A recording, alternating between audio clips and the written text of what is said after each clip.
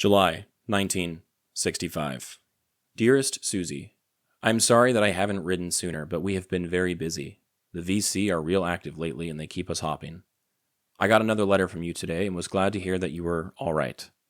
I hope by now you are over your sickness. I hope too that Minnie is getting along okay. I assume she is in the hospital now. What did Minnie have to say about Billy and Brian going to a Baptist Bible school? Have you decided yet when you are going back to Florida? Not that I care. As far as I'm concerned, you have 60 days to get home. Things are the same over here. It is hot as hell, and nobody will tell us when we can go back to Vinh Long. And I still don't have orders. The reason I don't have orders, by the way, rumor, is everybody who had orders for the 11th Air Assault Division had to have them changed because they are coming over here. So that is some consolation if it is true. I won't have to go back to the 11th. Well, I will close for now. Please don't worry about me or think I love you less when I don't write every day. I love you and miss you very much. Kiss B, B, and B for me. Love you. Bill. For some in the Vietnam War, religion took on a powerful role, both as solace and as service. Near the Vinh Long Air Base, Irish Catholic nuns from the Sisters of St. Paul of Chartres ran the Good Shepherd Convent, an orphanage and vocational center for young girls. It was staffed by 5 Irish sisters alongside Vietnamese and Malay nuns. This small community endured mortar attacks and neighborhood tension. Some of the students had even suffered under VC control, but the sisters remained at their posts, serving displaced children and maintaining dignity despite war's encroachment.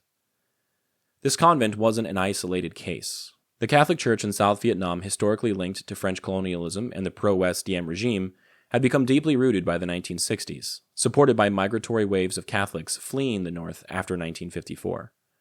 Though tensions erupted during the Buddhist crisis of 1963, by the mid-war period, churches and convents continued to serve as community lifelines, providing education, healthcare, vocational training, and temporary shelter for refugees. American soldiers encountered this reality in subtle and meaningful ways. Chaplains, whether they be Protestant, Catholic, Jewish, were fixtures on most bases. They conducted services, counseled men at night, and sometimes flew out to aid the wounded. Their presence offered spiritual grounding amid chaos and loss. Some soldiers found comfort in routine rituals or personal prayer. Others abandoned faith entirely. But whether overt or hidden, faith remained a tether, a refuge during uncertainty. Back home, faith circulated through prayer chains, church groups, and mail calls. A wounded or sick spouse like Suzie would hear from neighbors or local congregations daily. For families of deployed soldiers, churches were both social anchors and spiritual havens. They embroidered kindness into care packages, held vigils, and helped pass the long hours until letters arrived. Behind the nuns' quiet labor, American troops' personal prayers and community, solidarity back home, there lay a deeper current, the spiritual landscape of Vietnam itself. Catholicism, brought by Jesuits and Franciscans in the 16th century, had evolved in conjunction with native folk beliefs. While Catholics numbered around 4 to 7% of the population, the national story was one of religious plurality, including Buddhism, ancestor worship, and syncretic traditions. Under Diem, Catholicism flourished, but minorities often navigated government favoritism and spiritual persecution. For Vietnamese Catholics, the war and faith were intertwined. Each shelling, each refugee, each orphan carried a silent testimony. The Irish sisters of Vinh Long lived that testimony, remaining steadfast amid bullets and uneasy nights. Their ministry, including the vocational center and orphanage, represented hope and resilience in a fractured country. For American soldiers, like Bill, religion wasn't always a practice act, but it was a constant undercurrent. Whether in private prayer, a Sunday service, a handwritten letter, or a quiet reflection in the jungle, faith helped them bear the burdens of fear, homesickness, and the moral weight of war.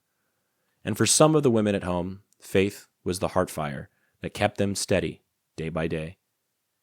We already know that Mema's Catholic and Popi was a Baptist. She told us that in her interview. Mema's family in New Jersey, where she was visiting at the time of this letter, are all deeply religious and still are today. In fact, her brother is even a deacon in their church. Poppy's family was Baptist and typically spiritual in their own way. His mentioning of Min's reaction to the boys going to the Baptist Bible school was playful, but also an implicit recognition of the differences in culture between Mema's northern roots and Poppy's southern heritage. Though he wasn't Catholic himself, his proximity and relationship with the nuns may have made him feel comfortable, reminding him of his wife back home and her faith.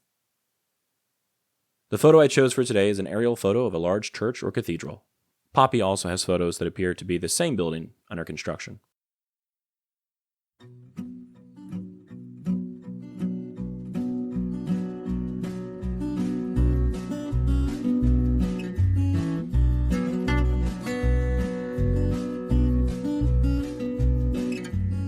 I'm Alex Lowy, and I hope you have enjoyed listening to this episode of Dearest Suzie and receiving messages from the past that my Popi wrote exactly 60 years ago. I sincerely appreciate your time and interest. Please consider following the podcast on your preferred platform, and if you're enjoying it, I kindly ask that you take the time to rate the show and leave a review. Also, please follow the project on YouTube, X, and Instagram. All likes, comments, shares, and reviews will help grow the reach of this story. The links for these things should be in the description of this episode. Please feel free to email me at dearestsuziepodcast@gmail.com if you have anything you'd like to say. I'd love to chat or to hear about your stories as well.